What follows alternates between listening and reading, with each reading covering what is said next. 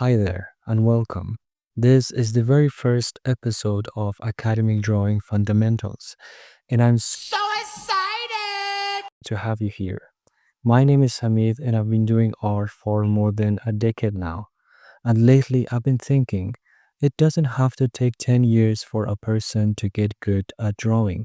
Sure, some people dedicate their entire lives to mastering this craft, and it's absolutely worth it, I guess. But looking back, I just cannot help and realize there were things I could have done differently, things that would have saved me so much time, energy, and frustration. Besides, not everyone has 10 years, not everyone has the luxury of time, access to resources, or budget for expensive classes. That's exactly why I created this course, a complete practical foundation in drawing, and absolutely free.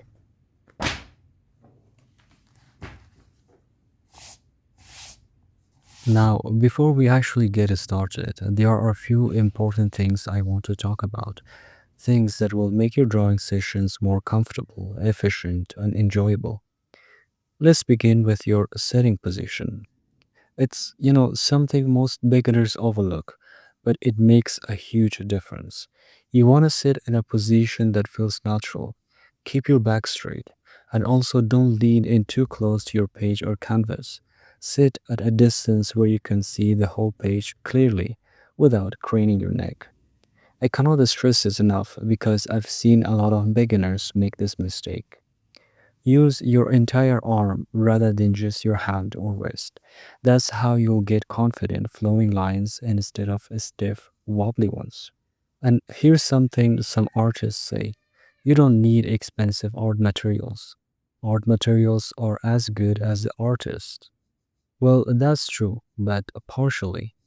You see, you don't necessarily need expensive art materials, but you do need good ones. And good things cost money. And yes, they do make a difference. For these videos, I will be using these super cheap papers. Not because I'm broke, but because they will be just fine. Now, here's a question I want you to think about. How do you actually use a pencil? You might be thinking, well, just like I always have. You hold it and start drawing, right? Not quite. When it comes to drawing, real drawing, we actually hold the pencil differently than we do when writing. And instead of gripping it like you would to write a sentence, we hold it from the side and more loosely. This gives us more freedom, more control, and allows us to make two distinct lines: gesture lines and contour lines. Gesture lines are those loose, flowing lines we use at the early stages of a drawing. They're quick, soft, and light, perfect for sketching out overall movement, proportions, or placements of objects or figures. It's like you're feeling out the page, figuring out where everything should go.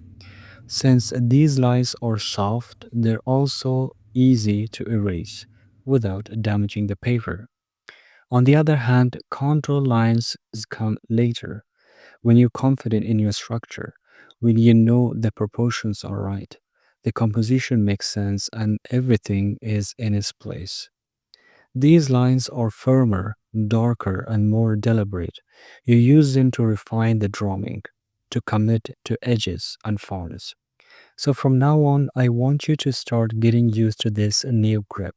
It might feel strange at first, but over time, it will give you much more control, fluidity, and precision in your work. I almost forgot. I want you to throw away your sharpener because you will no longer need it. From now on, try and sharpen your pencil like this. If you're not old enough, please ask someone older to sharpen your pencil. And yeah, that's it. Get comfortable, move your arms, let them flow. You're not just a regular guy anymore. You're an artist now. An artist take up space. They move with intention. So don't be afraid to use big, bold emotions. Be confident. own your canvas.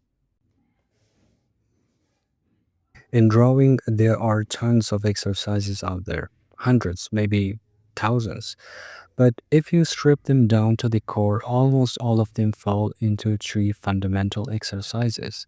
They may seem simple, but trust me, they are super powerful. Why? Because everything you see in the world around you, everything you'll ever want to draw, is basically made up of these three things. So if you practice these, if you master them, your potential is limitless. You'll be able to create anything on paper. Let's begin with practicing straight lines. Practice drawing vertical and horizontal lines freehand without turning your sketchbook or your body. Try to keep your hand steady and your movement intentional. Don't worry if your lines aren't perfect. Just focus on making each one as straight as you can while moving your entire arm. Now switch to diagonal lines. Same idea. Fast, steady, and confident. Diagonal lines can be at any angle and are super useful for adding movement and energy to your sketches. They're great for structure, perspective, and dynamic compositions. Practice straight lines like this trains your control and reduces shakiness. It helps you draw more confidently without needing a ruler or constant corrections.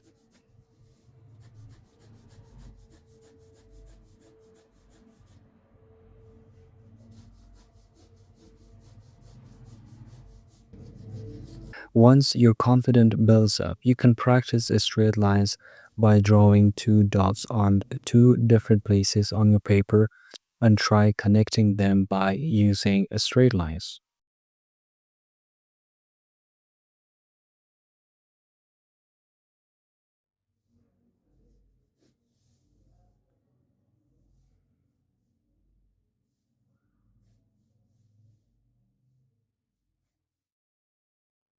Next up, we have curved lines. Let your hand move naturally. Imagine you're drawing a single strand of hair falling across a face, or how it might blow in the wind. You see, curved lines could potentially take any shape or size, but we could break them down into S curves and C curves. Curved lines are everywhere in drawing. They help you capture movement, emotion, and flow. Practicing them builds muscle memory for more expressive organic shapes.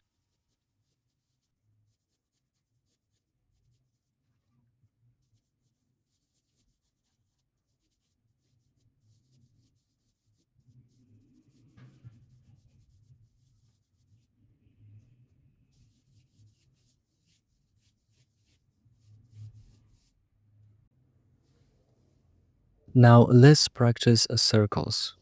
I know a lot of you struggle with drawing circles, but here's the truth. It's really not that hard, and you don't need a mathematically perfect 360-degree circle either. You just need a shape that reads a circle clearly, clean, and confident. Start with a few loose, messy ones. Don't worry about perfection yet. Once your hand loosens up, try controlling the motion more. Aim for cleaner, more balanced circles. Then draw single circles of different sizes. These will all come in handy later. Small ones, large ones, and everything in between. Circles are at the heart of drawing, from a teacup to a face. Many fonts begin with a circle.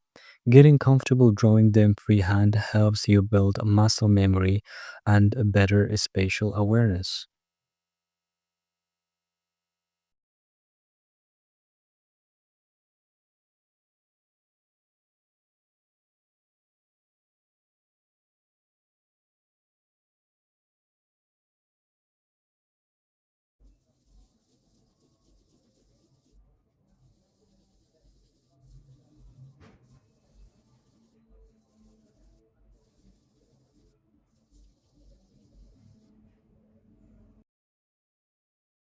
Ovals are just like circles, just seen from a different angle. If you look at it from the top, it's a circle, but tilted, look from the side, it becomes an oval. Ovals are just as much important because a lot of objects tend to have an oval shape in them. You should practice them in different shapes, sizes, and angles. They help you understand perspective and rotation. The more natural your ovals, the more believable your forms will be.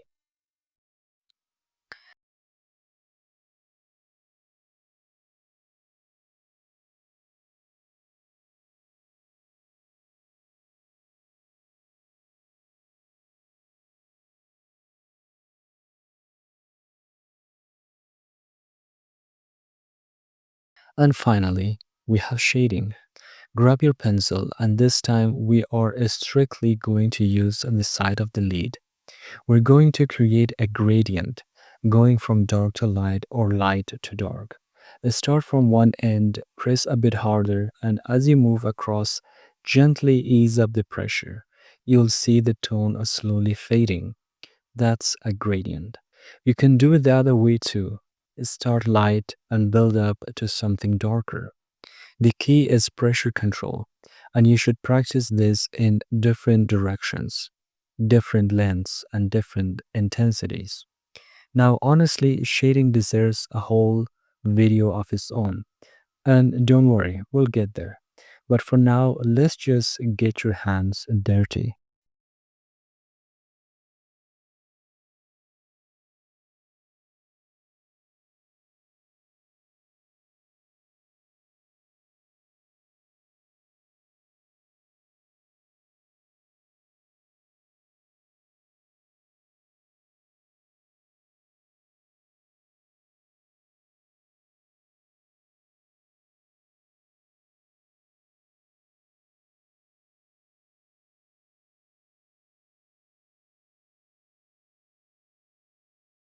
Now that you've made it this far, I want to take a moment to explain why these exercises are goated.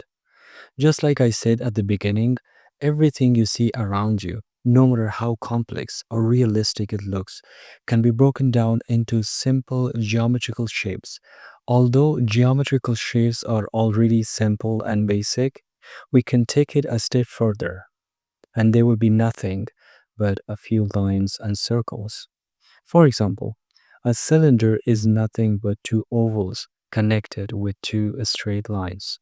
You see, real life objects, no matter the shape, no matter the texture, can be simplified into basic forms.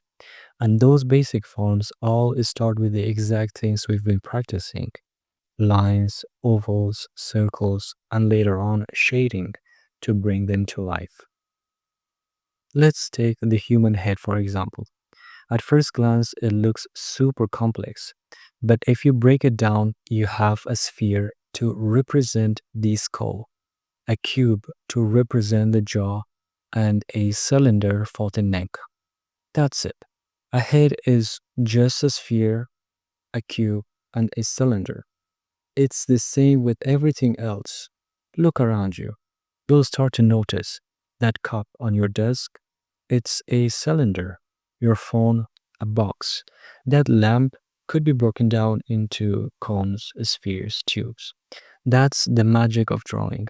You train your eyes to see the underlying structure, not just the surface details. And that's why we practice straight lines. That's why we draw circles, ovals, and shapes over and over again. So when the time comes to draw something, you're not frozen. You don't need a ruler. You don't overthink it. You just bam, draw the basic form and then bring it to life with shading and detail. So, yeah, that's why these exercises are so important.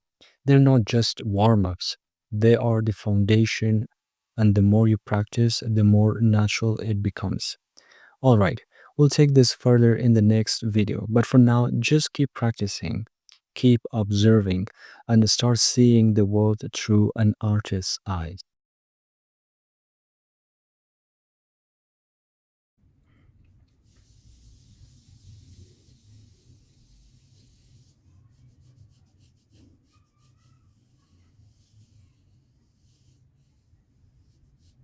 Thank you so much for watching, and the comment section is open for any suggestions, even critiques. Leave a like and subscribe so you don't miss the next videos. I'll catch you guys in the next one.